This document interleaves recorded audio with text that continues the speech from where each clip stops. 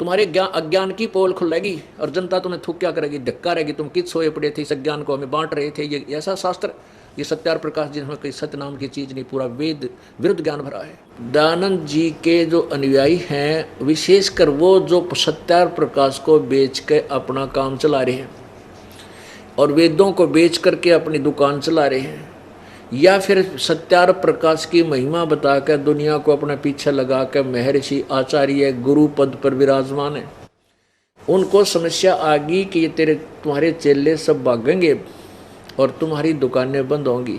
तो उन्होंने ये क्रोथा कांड करवाया और राजा और प्रजा को भ्रमित कर दिया कि वहाँ सतलोक आश्रम क्रोथा में ऐसा बुरा कर्म होता है, वहाँ तो ऐसा होता है, बहन बेटियों की इज्जत लूटी जाती है, पता नहीं। क्योंकि इनका ज्ञान खत्म हो गया और जनता को भ्रमित करना इनका मुख्य उद्देश्य बन गया कि तुम्हारे ज्ञान की पोल खुलेगी, तुम्हारे अज्ञान की पोल खुलेगी और जनता तुम्हें थूक क्या करेगी, धक्का रहेगी। तुम किस सोए पड़े थे, इस अज्ञान को हमें बांट रहे थे। ये ऐसा शास्त्र, ये सत्यार प्रकाश जिसमें कोई सत्य नाम की चीज नहीं, पूरा वेद विरुद्ध ज्ञान भरा है। तो इन्होंने ये सोचा कि रामपाल को तो मार दो और आश्रम न उजाड़ दो, इतनी अफवाह फैला दो कि इनके शिष्य भी इससे दूर भाग जाएं। इन्होंने अपना पूरी कोशिश की।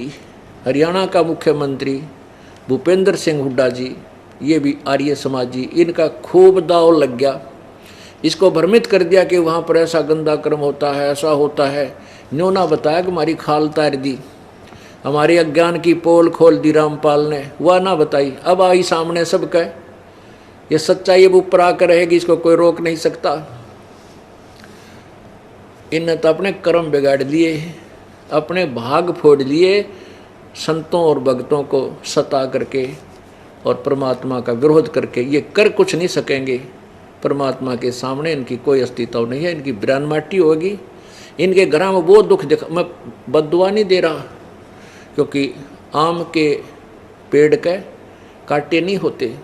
संत कभी बद्दुआ नहीं दे सकते, ना उनकी बद्दुआ लग गए। लेकिन जैसे कर्म तुमने किए हैं उनको भोगना पड़ेगा, क्योंकि तुम्हारे पास वो पाप काटने की दवाई कोई ना। पाप भी हमारे से कटेंगे, यहाँ का नाक रगड़ेंगे, उपदेश लेंगे, भक्ति करेंगे, तब वो पाप भी उनके इसी दरबार में कटेंगे। तो उन किए हुए कर्मों का भोग इनके ऊपर इतना भयंकर होगा, आपके सामने दिखा दूंगा। जो ये जिन हमारे साथ विरोध किया है और परमात्मा के मार्ग में बाधा की है, उनकी वो दुर्गति होगी। दुनिया सामने उंगली टेक टेक कहा करेगी, इन्होंने वो जुल्म किए थे, आज देखो इनके घरों में क्या हो रहा है।